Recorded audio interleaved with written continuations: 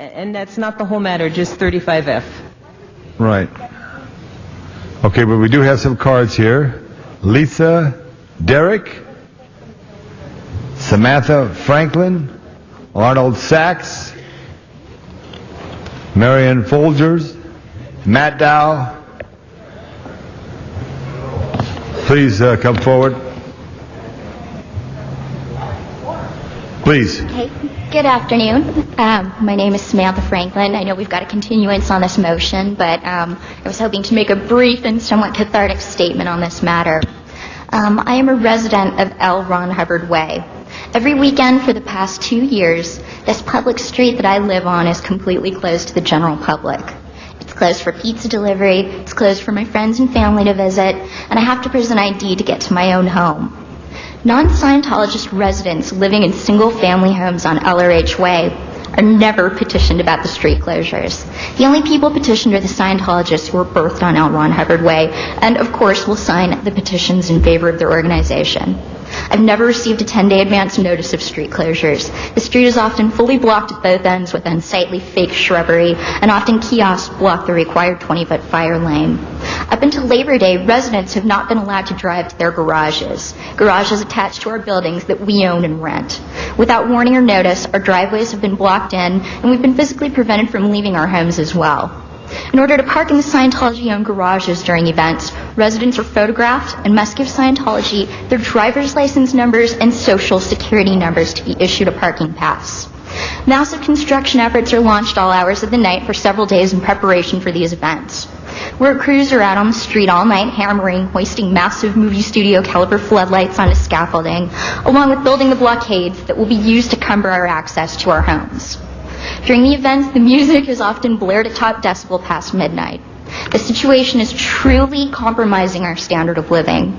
In the spirit of reform, accountability, and empathy, we the residents request that you limit the number of weekends L Ron Hubbard Way is closed, a public thoroughfare, to no more than 24 closures per year, especially in light of Scientology's abuse of the aforementioned permit procedure. We request that in the permitting process, you indicate that during closures, sidewalks must remain open for the public, and that residents, their guests, and service people are allowed free and uninhibited access to their homes and garages.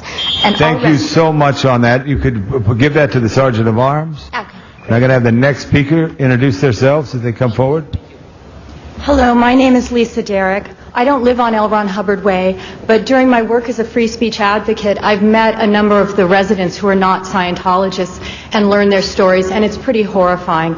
During one event, a woman was told by members of Scientology, and I'm not picking on them specifically as a religion, they're the sponsoring organization of the event, that she could not have friends over for her birthday party. Another woman had to carry her dying dog 3 blocks because they would not allow her to drive onto the street. These closures are 104 days of the year for the past 2 years that Samantha's been talking to me about it, and one resident has said this has gone on since 1999. This is not fair to the citizens of the city of Los Angeles, especially ones who lived there when the street was originally called Berindo. Often there is no fire lane. Noise goes on for all hours. I've actually been visiting people and had to call 311 at 11 o'clock at night because there's construction work going on. We request that closure be only 24 days out of the year, 1 week in a month, to allow the other residents parity and free use of their street.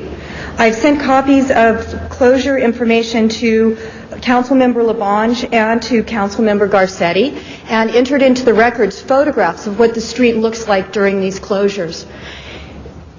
It is distinctly unfair that the district is, that street is gerrymandered, and that residents who are not members of the sponsoring organization are never allowed or notified. The only reason Samantha found out the street was going to be closed was because I called arson in your office, Mr. Garcetti, to find out about permitting procedures for a free speech event, and he said, oh, by the way, there's a motion to close the street every single weekend for a year from 6 a.m. in the morning Friday until 11 o'clock at night on Saturday. That's reprehensible, and just it needs to be altered enough. They can have their graduations, once a month, not every single week. It's not fair, it's not right. It's a public street with a left turn lane and a traffic light. Please help the residents of your district and surrounding districts to be able to use a public street. Thank you.